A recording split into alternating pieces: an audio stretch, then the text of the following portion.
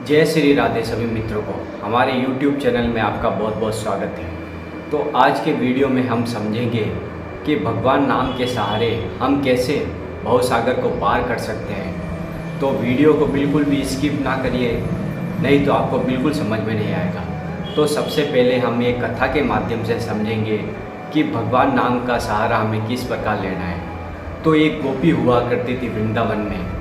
वो रोज़ दूध दही बेचने के लिए मथुरा जाया करती थी। वो मथुरा में जाके दूध दही बेचा किया करती थी। उन्होंने एक रास्ते में जाते हुए संतों की कथा चल रही थी। वो वहाँ जाकर बैठ गई और उन्होंने वहाँ सुना संत भगवान ने कहा कि भगवान का नाम जाप करने से आप भवसागर से पार हो सकते हैं। इस बात को उस गोपी ने पकड़ लिया तथा भगवान नाम का सहारा ले लिया।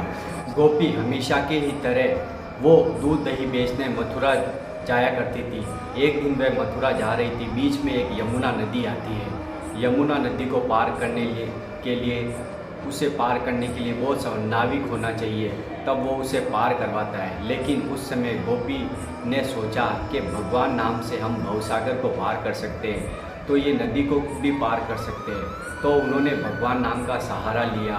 भगवान नाम जाप करते हुए वे नदी पर वैसे ही चली गई और नदी को पार कर लिया और उस नदी में नहीं डूबी। भगवान नाम के प्रभाव से वे पूरी नदी को पार कर गई तथा उन्होंने अपना कार्य भी कर लिया।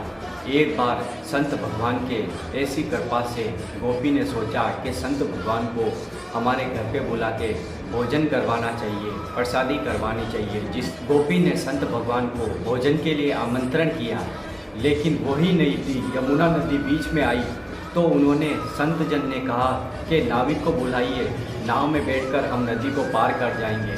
लेकिन गोपी ने कहा कि संत भगवान, आपने ही तो कथा में कहा था कि हम नाम के सहारे भवसागर को पार कर सकते हैं, तो ये नदी को कैसे नहीं कर सकते।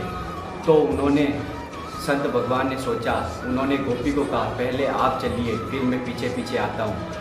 तो गोपी ने भगवान नाम के सहारे पानी पे पैर रखा तो वो चलने लग गई और संत भगवान ने जब पैर रखा तो वो नीचे डूबने लगे। तब गोपी ने उनका हाथ पकड़ा और उनको भी नदी पार करा दी। तब संत भगवान को पता चला, क्योंकि संत भगवान ने उन्हें तो उपदेश कर दिया, लेकिन स्वयं पर ये नहीं, कभी भगवान का आश्रय नहीं लिया और खुद कभी विश्वास नहीं किया। इसलिए गोपी ने उसे भवसागर से पार कराया, नदी को भी पार कराया।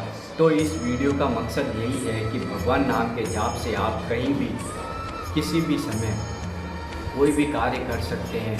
तथा इस कथा के माध्यम से हमें यही प्रेरणा मिलती है कि भगवान नाम के जाप के प्रभाव से आप जीवन में कुछ भी अर्जित कर सकते हैं तथा जीवन को एक उन्नति की ओर ले जा सकते हैं।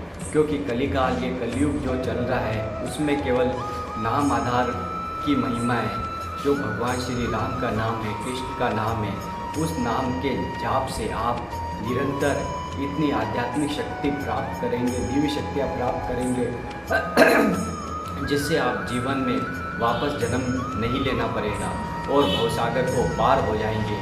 ये यकीन मानिए, भगवान नाम में अपार सामर्थ्य है। इस विषय को थोड़ा समझिए और अपने जीवन में उतारिए।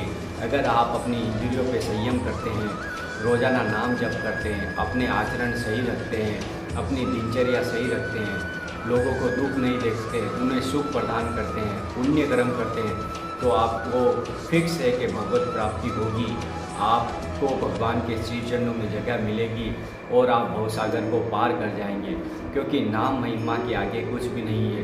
कलयुग में नाम को पकड़कर आप इस संसार सागर से तर सकते हैं। बस अपनी कामनाओं को थोड़ा कम कर दीजिए। जो भी आप इच्छा मांगते हैं वो भगवान से मांगिए और भगवान से यही मांगिए कि मुझे ये मनुष्य जन्म मिला है, मैं आपके श्री चरणों तक पहुंच सकूं और आपका नाम जाप कर सकूं, जिससे मुझे इस संसार में भी दुख ना हो और परलोक में भी दुख ना हो। इस लोक में भी मुझे सुख मिले और परलोक में भी मुझे सुख मिले। तो आपको अपनी जीवन में चाहिए कि भगवान को प्रसन्न करने के लिए आप हमेशा भगवान नाम का सहारा लें और भवसागर को पार कर जाइए। क्योंकि ये कलयुग में केवल काम, क्रोध, लोभ, मद, मत्सर, हिंसा, चोरी, डकैती यही चल रहा है और व्यभिचार चल रहा है। इस कलिकाल में कलिकाल ने सबके सिर पर बैठकर एक प्रभाव दिखाया है जिसमें सब आदमी माया के जाल में फंस गए हैं और उन्हें केवल काम, क्रोध, लोभ, मन, मत्सर के पीछे भागना अच्छा लग रहा है। लेकिन आप समझिए, कलयुग में केवल आप नाम के सहारे इन सब पे विजय प्राप्त करके एक दिन ऐसा आएगा जब आप भगवत प्राप्ति की ओर अग्रसर होंगे और ये सब संसार की वस्तुएं आपको फीकी लगेगी। ये यकीन मानते हुए आप निरंतर नाम जप करें। मेरा आपसे यही निवेदन है, निरंतर नाम जप करिए। इससे आपकी मन और बुद्धि में शुद्धता आएगी, आपके आचरण शुद्ध होंगे और आपका जीवन उन्नति की ओर बढ़ेगा। ये वीडियो आपको कैसा लगा? वीडियो में लाइक कर दें, कमेंट कर दें, शेयर कर दें और चैनल पे नए हैं तो चैनल को सब्सक्राइब जरूर कर दें, क्योंकि ऐसी ही आध्यात्मिक वीडियो हम आपके लिए लाते रहते हैं। जय श्री राधा वल्लभ श्री हरिवंश।